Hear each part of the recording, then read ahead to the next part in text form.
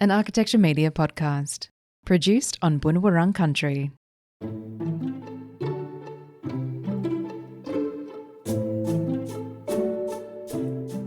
Welcome to Design Speaks Weekly, a podcast that explores the biggest stories in Australian architecture and design.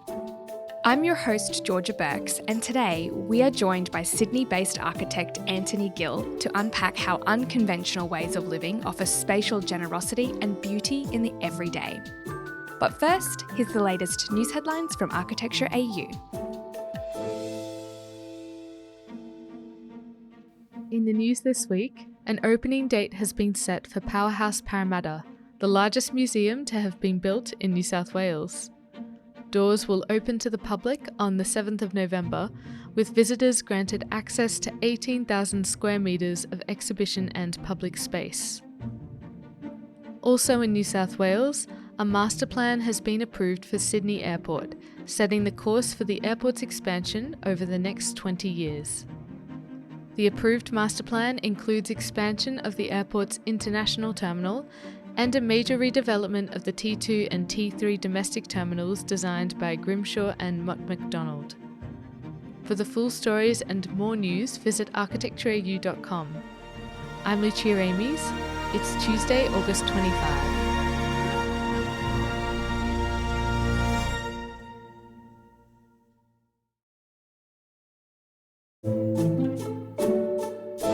Since establishing his practice in 2007, Anthony Gill has crafted residential projects that challenge assumptions about contemporary housing.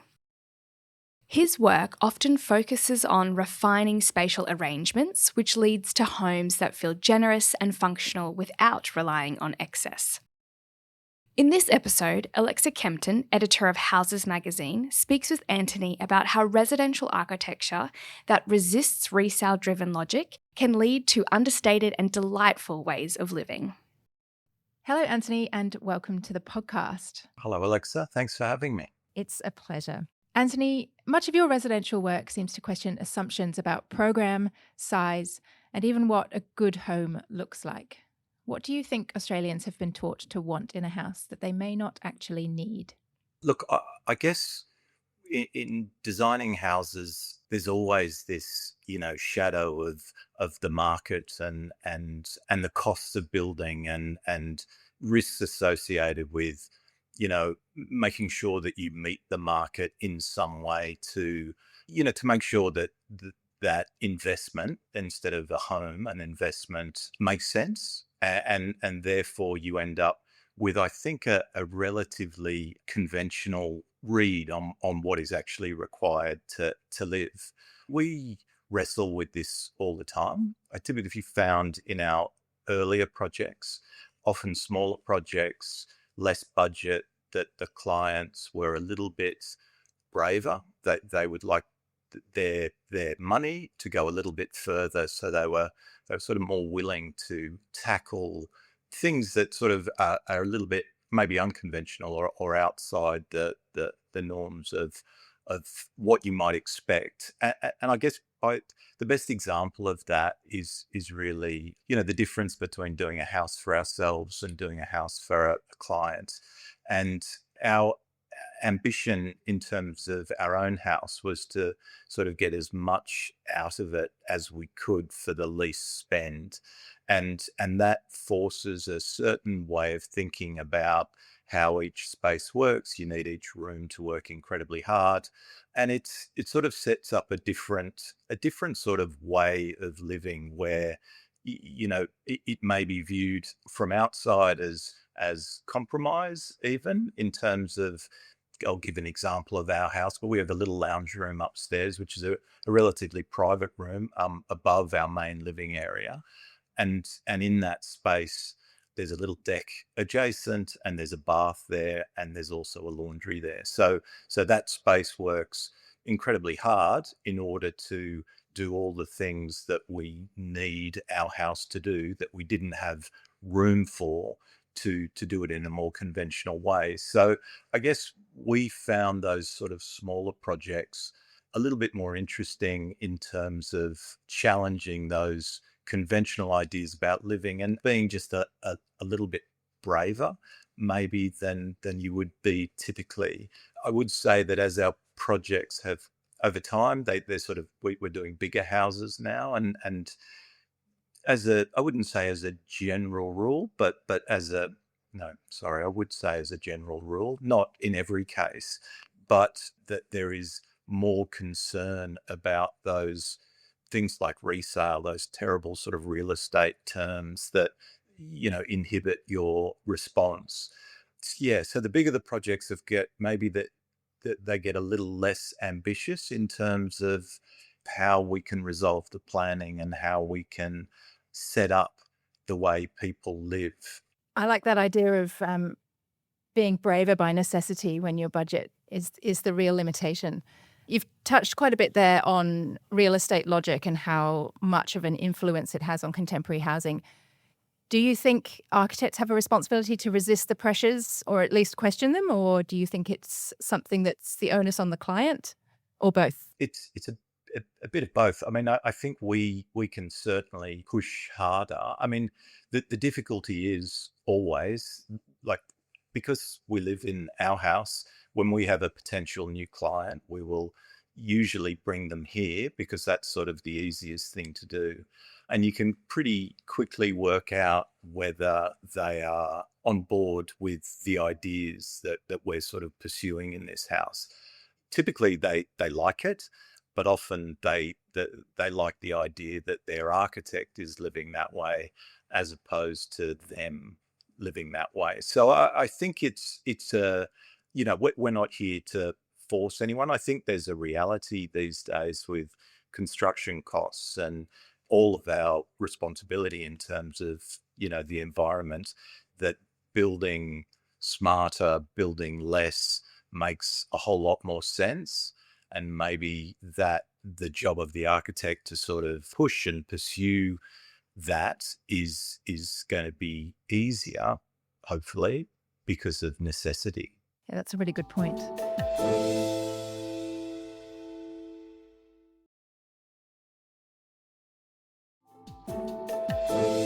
You've talked there a little bit about persuading clients and using your own house as an example.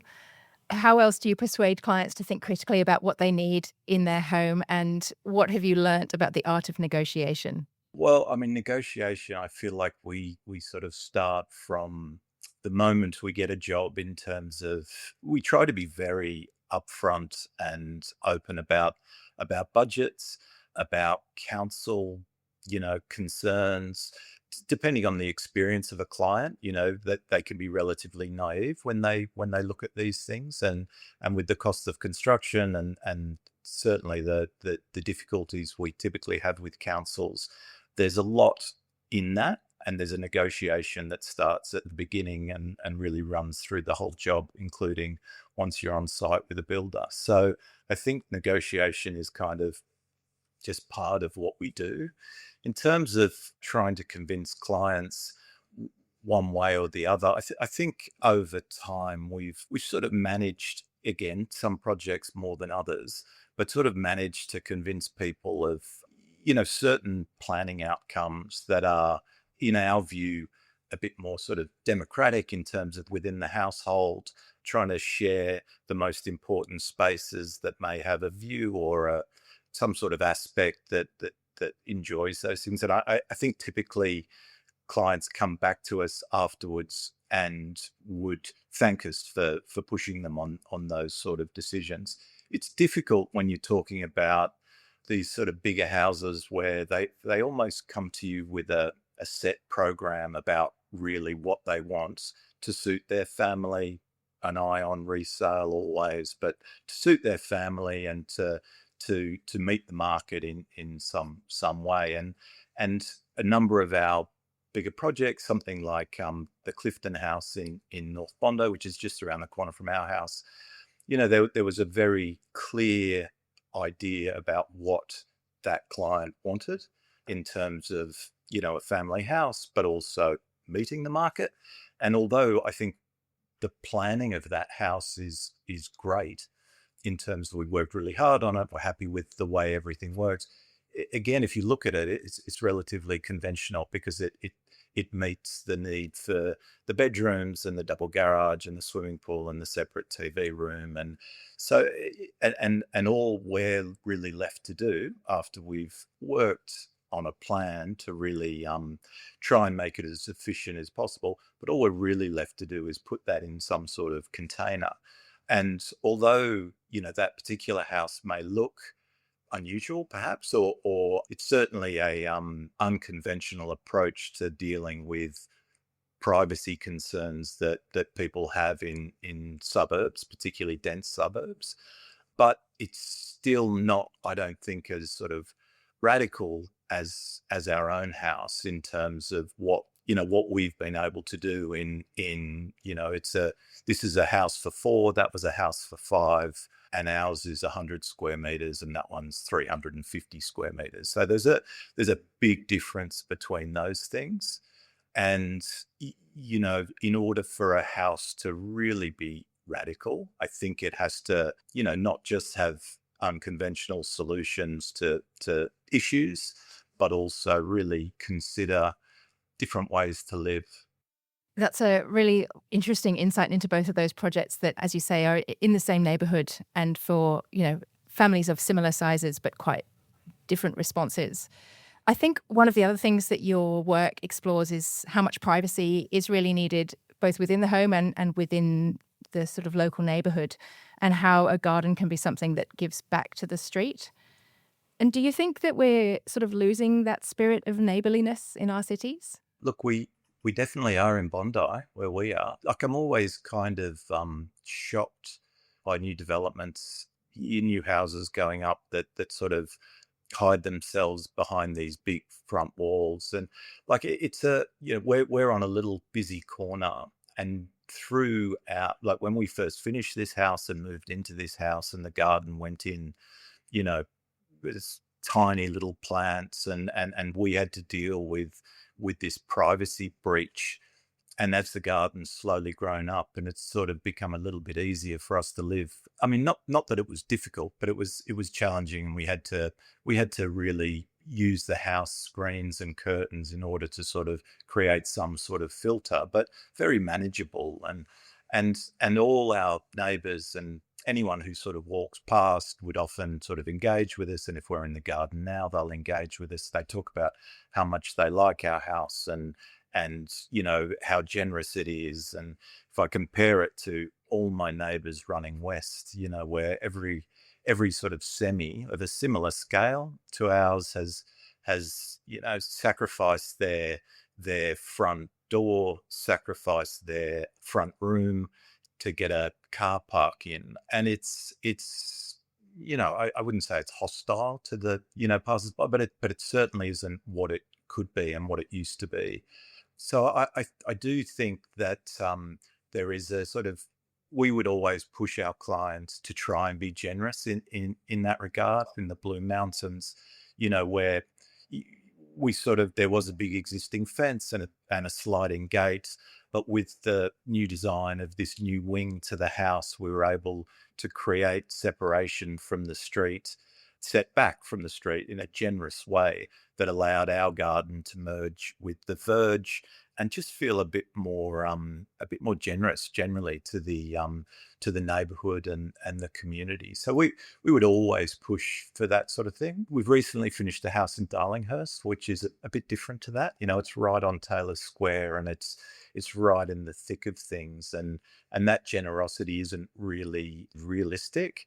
But there are still gardens and these outdoor spaces that are within the envelope of the house, but external, that soften the overall feel of that house. And we have a rooftop garden. And so although it's robust and sort of tough, and it needs to be those things, there's a nice balance of connection with the street, but also giving the clients a sort of an opportunity to retreat and feel quite private and secure. So look, there's always a balance with these things, site specific, but a focus for us more than ever is the role of the garden and trying to get good people involved early on, so we know what we can expect, we know how we can deal with things like privacy and get the planting right. So, hopefully these projects sort of get better and better with age as the gardens start to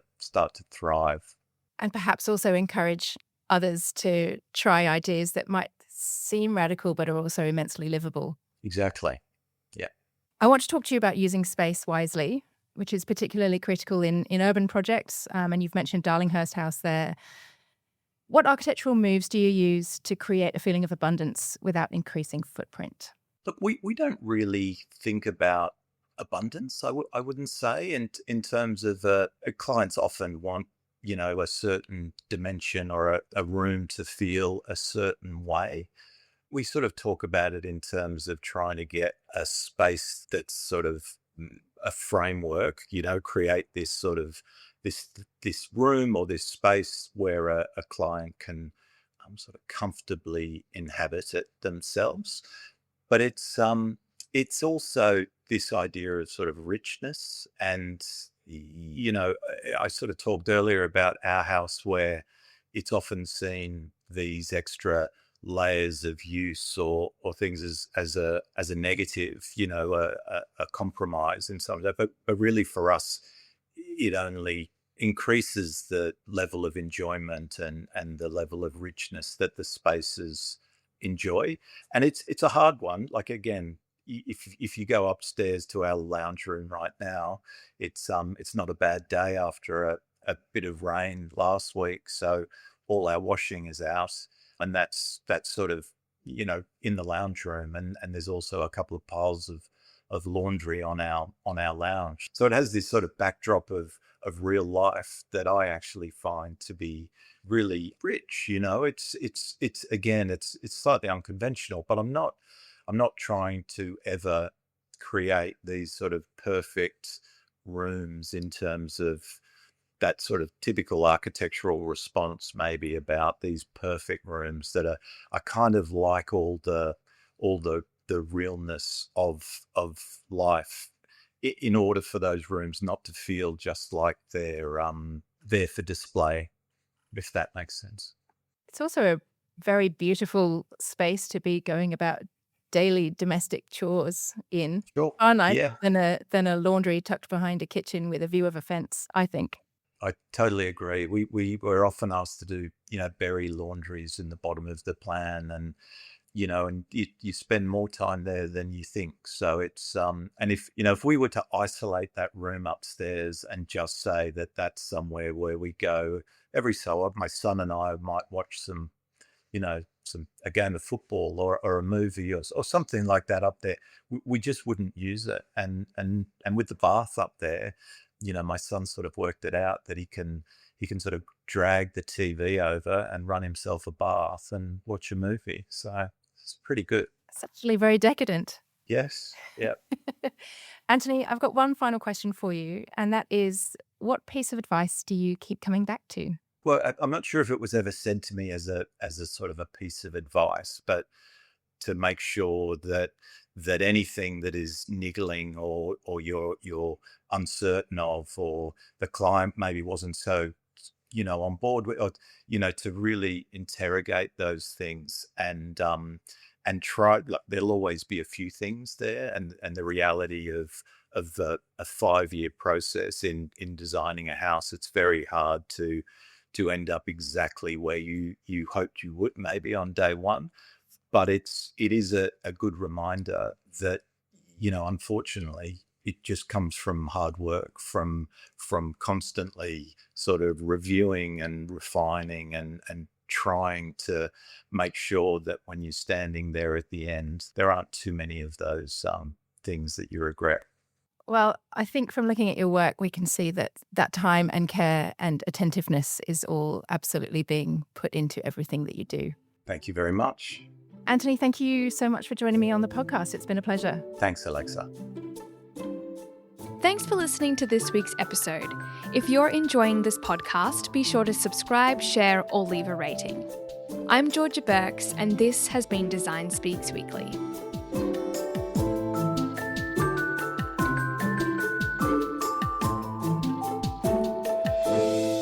Design Speaks Weekly is produced on Boonwurrung Country.